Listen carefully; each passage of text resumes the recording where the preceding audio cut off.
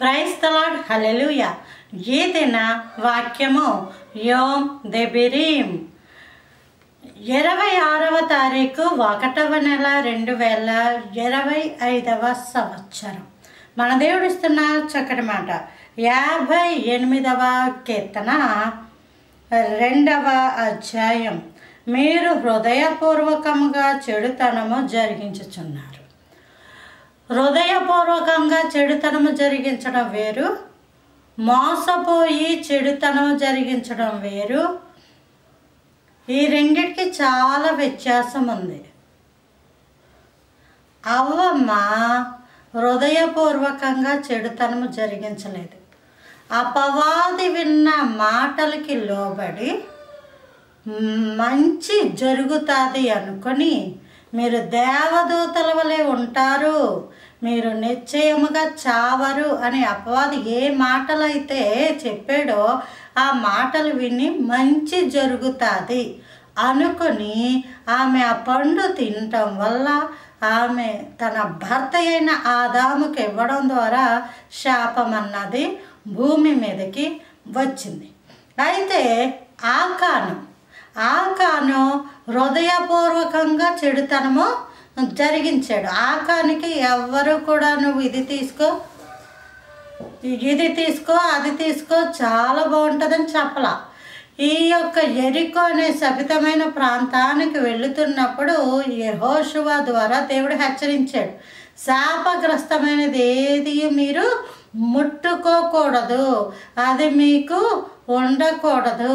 అక్కడ ఏదైతే మీరు చూస్తున్నారో అవన్నీ కూడా శాపగ్రస్తమైనవని చెప్పినప్పటికీ ఆకాను వస్త్రమును, షీనారుపై వస్త్రమును, బంగారము, వెండిని ఆశించి తాను తీసుకుని వచ్చి డేరాలో గృహంలో కప్పెట్టేశాడు.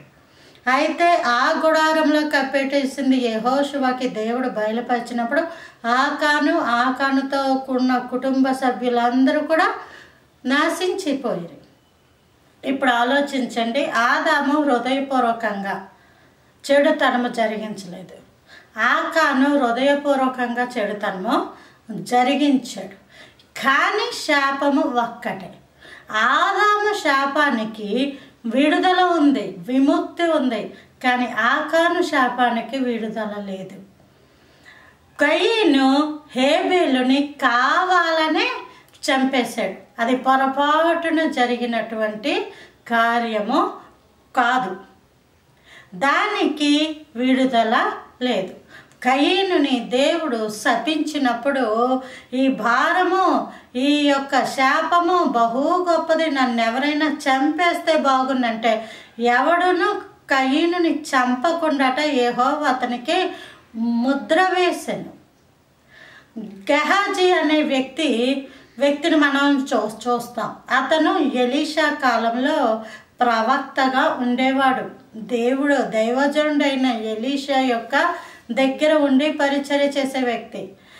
దేవుడు ఎలీషాని నయమానికి సంబంధించిన ఏది ముట్టుకోవద్దు అని ప్రేరేపించగా ఎలీషా ఏమీ నాకు వద్దని చెప్పేశాడు. కానీ గెహాజీకి ఎవరు చెప్పలా, నువ్వు వెళ్ళు, నువ్వు తీసుకొని ఎవరి చేత అతను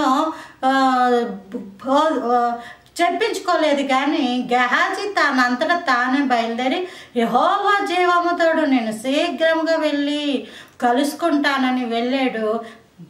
దాని వలన గెహాజీ యొక్క కుటుంబం అంతటికి తరాల వెంబడి శాపం వచ్చింది.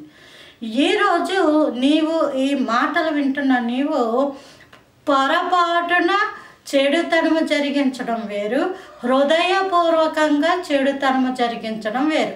ఒకవేళ నీవు కావాలని చెడుతనము చేస్తున్నావు అనుకో, అది నీకు నీ తర్వాత నీ సంతతికి వస్తుంది. అదే పొరపాటున కనుక లేదా మోసపోయి చెడుతనము జరిగితే దేవుడు దాన్ని క్షమించి దేవుడే పరిహారం చేస్తాడు. ఈ విషయం జ్ఞాపకం చేసుకొని నీతో ఇది అవ్వదు కాబట్టి నీ తరాల వెంబడి శాపాన్ని కాకుండా ఆశీర్వాదకారకులుగా దేవుడు మిమ్ములను నిలబెట్టును కాక. Praise the lord. ఆమేన్.